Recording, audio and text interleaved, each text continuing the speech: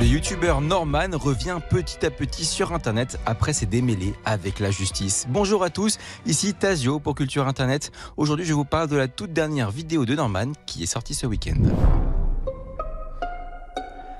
Cela faisait quelque temps que Norman Tavo avait disparu d'Internet après avoir été visé par une enquête judiciaire. Les faits qui lui étaient reprochés étaient ceux-ci: viol et corruption de mineurs après les plaintes de 7 jeunes femmes différentes. L'affaire avait été classée sans suite par le parquet de Paris il y a un an, en octobre 2023.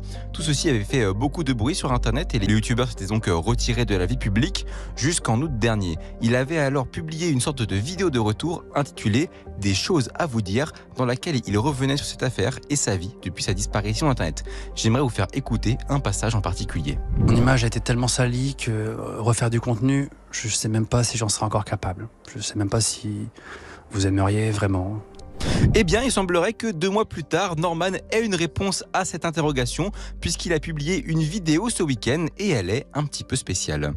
Cette vidéo s'appelle « On l'a fait » et elle retrace le mariage récent de Norman avec sa femme Martha. Il nous raconte sa relation, les épreuves qu'ils ont partagées ensemble. Bref, c'est une sorte de film de mariage à l'eau de rose qu'il a décidé de partager avec sa communauté. Je vous laisse en écouter un extrait. Il y a quelques années, nos regards se sont croisés. T'étais là, bien réel. Et puis peu à peu, je t'ai embarqué dans ma vie atypique. Et toi, tu m'as fait découvrir la tienne. Authentique, piquante, salée. Bon, notons que la vidéo retrace une année entière de préparation du mariage, donc il y a une certaine chance que quand Norman a dit « je sais pas si j'aurai la force de recréer du contenu », eh ben il savait peut-être déjà qu'il allait publier cette vidéo sur sa chaîne. Mais surtout, moi je me pose la question de ce qui a vraiment motivé la décision de cette publication, et laissez-moi vous présenter les possibilités que j'ai identifiées. La première est la théorie dite financière. Alors non, je ne parle pas de finance dans le sens de faire de l'argent avec cette vidéo. Après tout, la chaîne de Norman est apparemment invisibilisée par l'algorithme de YouTube. Et puis, il faut dire qu'il n'a fait que 200 000 vues dessus. Et puis, il est démonétisé en plus. Donc, c'est vraiment pas énorme pour quelqu'un qui est aussi populaire que lui.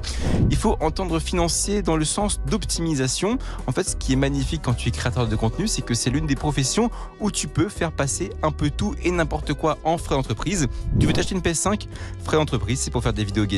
Tu veux partir en voyage, autant faire un vlog et ça passe aussi en frais entreprise. Et tu veux faire un cadeau à tes proches, filme leurs réactions et publie sur YouTube ou TikTok et tu pourras aussi les faire passer en frais entreprise.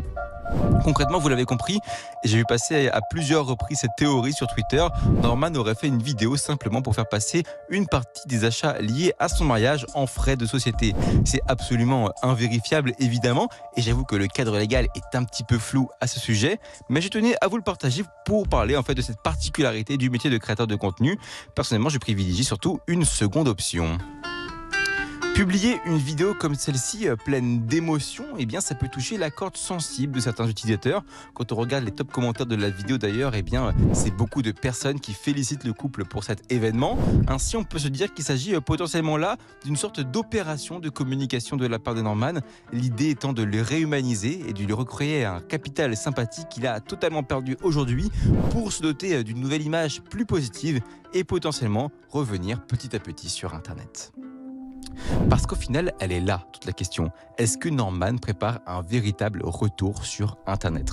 Peut-être que cette vidéo est un premier pas calculé, à la fois sincère, mais aussi fait pour les mauvaises raisons. Il est difficile de le savoir. Il n'y a aucun indice dans la vidéo, pas de call to action à l'abonnement, pas non plus d'incitation à regarder dans un contenu, ni de mot de la fin qui dit « à très vite ». Personnellement, je me dis que cette vidéo a peut-être été publiée pour prendre la température de la communauté. Existe-t-il encore des personnes qui sont attachées à Norman ? Les abonnés sont-ils prêts à regarder ses contenus ? Et à quoi ressemblera son espace commentaire ?